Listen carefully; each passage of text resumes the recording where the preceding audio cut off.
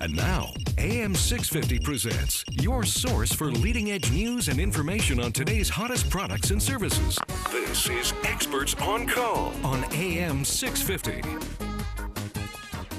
Well, hello and welcome to Experts on Call. On the program today, we're talking about your home and in particular, the roof over top of your home. Our theme is Protect Your Investment. And joining us in studio from Interprovincial Roof Consultants is the president of the company, Sean Lang. Nice to see you again. Good to see you too, Sterling. So here we are. You know, we're leaning into summer nicely now, and all of that spring stuff is just about over with. Should there, as part of our spring agenda every year, should there always be a roof check on that list, just as a matter of course, Sean? Absolutely. The biggest problem that people have this time of year is they seem to start forgetting about their roof. Oh, sure. I mean, who needs to worry about it now because the sun's coming out? Mm-hmm. It's just going to sit up there and it's not a problem. So a lot of people forget that and they delay dealing with any issues that it's amazing how fast they'll disappear from your memory. So all these events that happened over the winter, overflowing gutters, plugged drains, what have you, they get neglected now until the fall comes and it becomes an emergency. Right. And our company, we do health checks on roofs. We like to do them twice a year, in the spring and in the fall. Right. And that basically updates the owners as to what's actually going on with their roof system. It keeps them right on top of what's going on. And they can prepare for any repairs that need to happen or any maintenance that needs to happen. The worst thing about any of these repairs, necessary repairs, Sean, is not that they need to get done, because everything needs to get fixed sooner or later. It's the surprise. Aha! So if you've got a roof check and you can see something beginning to fail, and you can go down and tell the building owner or the individual homeowner, you got a problem here. Now, it's not a big problem today, but 6 months or 12 months from now, it could be a big problem. Yeah. So that's the tip-off, isn't it? When it's 6 to 12 months away, it's going to be a lot cheaper to fix than when it becomes an emergency. Well, it's being proactive, right? I mean, if we go up on a building and we recognize, like, we know how to look for issues. Sure. We've all been doing this. All of the guys in our office are journeyman roofers, ex-journeyman roofers. And we've all been doing the application and repair leak chasing on roof systems for many years. So we know what to look for. So when we go up on a roof, we can recognize a potential issue before it becomes a potential issue. Exactly. So that saves you, sure, it costs you several $100s maybe to fix that issue. But if that issue was to erupt into a problem, now you've got water ingress into your building, and it's going to potentially ruin your insulation within the building, potentially ruin drywall, potentially soak into walls, and there'll be hidden damage within those walls, and it can travel down in the walls to lower levels of the building. Sure. If you're talking about a multi-story building. Exactly. So a lot of times what can happen is you have a problem on, let's say, a 3-story apartment building, and it'll rain in the walls for quite a long time before people realize that there's an issue. It takes time because the leak may be small in the beginning, and that amount of water will actually dry. It leaks in and it dries. It leaks in and it dries. And as it's doing that, it's generating mold. Oh, right. Right. And other fungal issues, organic growth we like to call it. I see. So this can happen, right? Aside from the damage, you could have the organic growth happening within the building. And it'll go unnoticed. It can go unnoticed for a long time. See, the problem with organic growth is it almost sounds good, and it's not. It's really bad stuff, yeah, right? it is. But I just don't like the sound of mold. Nobody does. That's so true. we like to give it at least some kind of a veneer of respectability. Yeah. Okay. So now, tell us a little bit about your company. We have another guest in studio that Sean will introduce to you to in a few moments. But Interprovincial Roof Consultants. You were a roofer in your work history. You've been at this business for a long time. Yeah. Why did you choose to leave the actual roofing industry, Sean, and become a consultant? What took you to that place? Well, I started roofing. I actually was a cook before I started roofing, and I wanted to get into something more constructive. Cooking was somewhat constructive, but I needed a little bit more roughness and aggressiveness in my life. So I went into roofing and it filled those voids. And I did that for 16 years, putting on all different types of roofing, working for different companies, learning to chase leaks, learning how roofs fail. And I didn't realize it at the time, but I was learning the science of roofing as I was working. Okay. Because I wasn't just trying to fill my days and get a paycheck. I was trying to learn what I was doing. So when my body started to tell me that I had done enough aggressive and rough work, I thought, well, I better find another avenue to pursue in our industry, and that what appealed to me was inspecting and consulting. And so I started talking to the inspectors that came onto our jobs, and they clued me into what it was all about. And eventually I talked to the right guy, and he took me into his company. And from there, I ended up buying the company. And here I am today as the owner of Interprovincial. Okay. So I found that the years of practical knowledge, the 16 years of slugging it out in the trade, really was a precursor to what I'm doing now. Now, you're not a roof inspector. You have another name, another descriptive name for that part of what you do. It's called a registered roof observer. Observer, yeah, correct. Okay. Which is basically the same thing. Right. In our trade, we like to call it an observer. Right. Because our main mandate is to observe and report on what's going on. And that's all we can do, because a lot of times we're not there every second of every day. We're there periodically from day to day or several days in between our site visits. And at those visits, we can observe on what's happening, and we can report that back to the owner. And that's our primary function, is we're going to act as the eyes of the owner on the building. So whether the owner hires a decent contractor or they hire a fly-by-night contractor, we're going to be there with knowledge behind us. We know what's going on and what should happen with the roof system, and we're going to be able to report that back to the owner who doesn't know what's going on. Right, but you can also head that some of those problems off at the pass simply by being ahead of that process and helping the owner, whether it's an individual homeowner or a building manager of a condo block. You can help them hire the right contractor. Well, that's getting deeper into what we do. Right. The roof observer part is really the short story of it. Okay. But I mean, our services are condition reporting, basically to review the roof system and tell the owners in a nice, well-documented report exactly what they have, how long it'll last, what it'll cost to replace it. So they know by the time they've read it, they're either really shocked at what they have and didn't know they have above them, or they're very happy to know they've got another 5 or 10 years in their roof system. Right. Now, that could be part of what we were talking about to begin our conversation about the spring checkup. That could involve a condition report from Interprovincial Roof Consultants. There's different levels of reporting. The semi-annual reports are much more lighter reports. Sure. They just give you a brief overview of what's happening. Our full condition reports are more in depth. We look at absolutely everything. We'll core sample the roof membrane. We look at the ventilation. We look in the attics. We look at whatever we need to look at so that we know, and then the owners know exactly what's happening with their building. Okay. And then following that, whatever the recommendations are in that report, whether it's repair or replacement, we end up writing a specification and tendering that to qualified contractors who are actually well suited to do the work, versus just saying, call up 5 contractors out of the phone book and just have them bid on it. Because we work with all different contractors in the Lower Mainland, we know who can do what, and we know who's best suited for each project. And we pick our tender list based on that. We also use prior performance. So whether a company they may be well suited, they may be well equipped, they may have lots of manpower, but do they do good work, right?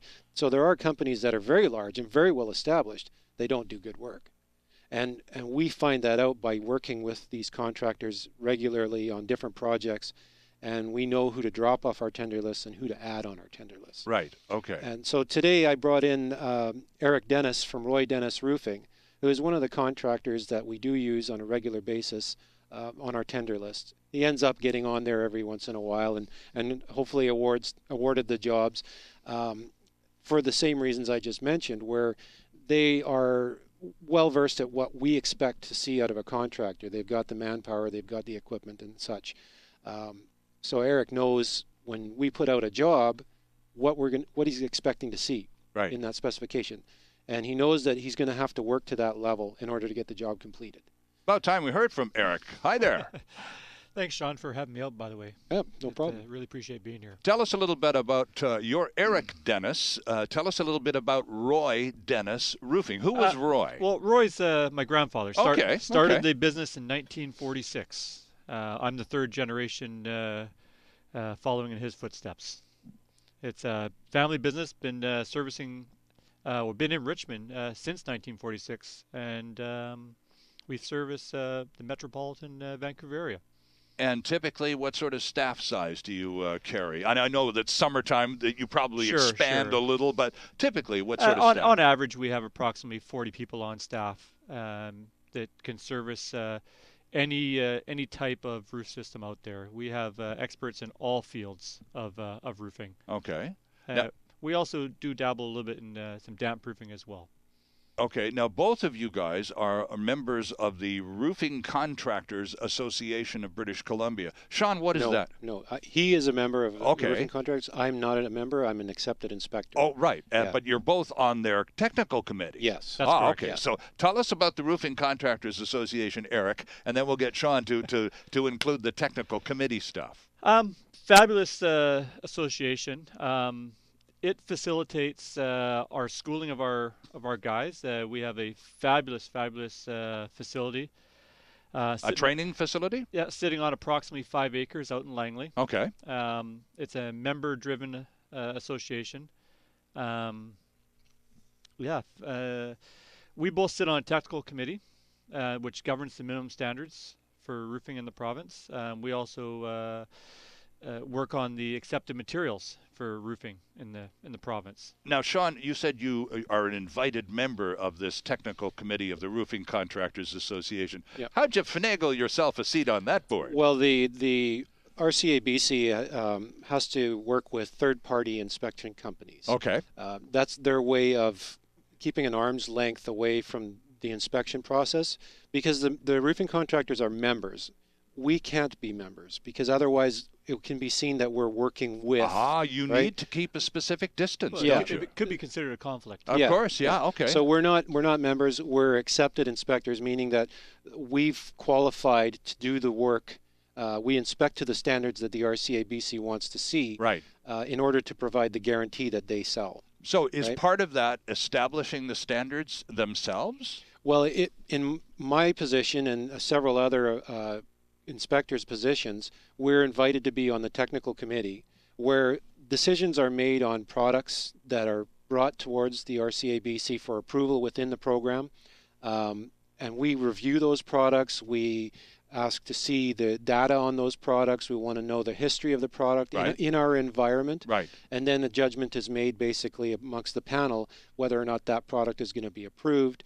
And then there's actual roofing standards, practices that are actually ongoing and changing in our province. There's a thing called the Roofing Practices Manual, which is a very thick volume.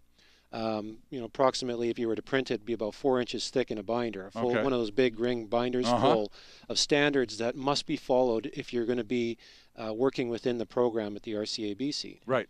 That binder is accepted materials and accepted application methods. Yep. Okay, so how important is it to you and your company then, Eric, to keep your crews and your teams constantly trained up to those standards, which I imagine are pretty much constantly evolving and changing? Absolutely. The as we grow as an industry, those the standards are always evolving. New materials, new methods of application. Right. Always are on the forefront of our thoughts. We train our guys all winter. I sit on the technical committee, and I actually come back and brief my employees every meeting of what the newest things are and what they're going to see coming up in the near future. We bring in the manufacturers to our warehouse facility to brief our guys on how those new materials are going to be applied, to keep those guys in the forefront of what's going on so they understand things when they see it in the real world, and they're not left going, well, what do we do now? Right. Sean, with these new products that are coming in, you're talking about being presented with products from all sorts of manufacturers. Mm-hmm. Is it mostly roofing products that you concern yourself with? Or what about insulation and all these new... Well, is that part of the package, or is that another part of the industry that you don't deal with that As often? it pertains to roofing. Yeah, exactly. Yeah, there is insulation that is encapsulated within a flat roof system. Yes, yeah. So those insulations are definitely approved or disapproved and welcomed into the system. By the roofing contractors. By the technical committee. Right. So the technical committee, there's engineers on there, there's consultants on there, there's roofing contractors on there. There's several different people representing different parts of our industry so that there's a good representation. It's not just the roofers making the decision. It's not just the inspectors making the decision. Everybody's making decisions based on their point of view from their standpoint in our community, our industry. I suppose one of the things that's kind of impressive, just sitting here listening to the two of you talking about your industry and the people and the things going on in it, back to the very first thing you said, Sean, when we began our conversation, you know, we just don't think much about the roof, do we? It's just up there. As long as we're safe and dry, that's good enough for me. And all of a sudden, when you start listening to a conversation like this, it's an industry. There's a whole lot going on in the roofing business that we really could tune into a little bit in a penny-saving kind of way. The more you know, Sean, the better positioned you are to save yourself some money, particularly in the long run. Well, that's what people have to realize. That it's not simply going up on a roof and throwing 2 nails in every shingle and you're done. It's not as simple as that. And there's a lot of work that goes into bringing these systems and procedures into place in our industry. The way things are done are developed over time through trial and error and through observation. You know, whenever I see something on a roof that I don't like, a process that isn't working or something that could be improved, I will want to bring it forward to the technical committee for everybody to comment on. And if that subject is worthy of becoming a standard or changing a standard within our manual, then it changes. And now the industry is brought up a level. And the same happens from the roofing contractors, and pretty much anybody who's involved in our industry can submit an application to the RCABC for review. And whatever they're asking for, whether it's, you know, let's add another nail to each one of these shingles or something like that, these things can benefit the system. It benefits and the end user, the homeowner. Yeah, it benefits the end user, because their product that they're getting, that they're left with when the contractor leaves, is a much more robust product. Right. Not only are you just getting the shingles, you know, it's not coming from a big box store and being placed on your roof. You're getting all this knowledge from a wealth of an industry, from guys that have been in the business for, you know, since 1946, and you know, people that have been in the roofing industry personally for 20 or 30 years.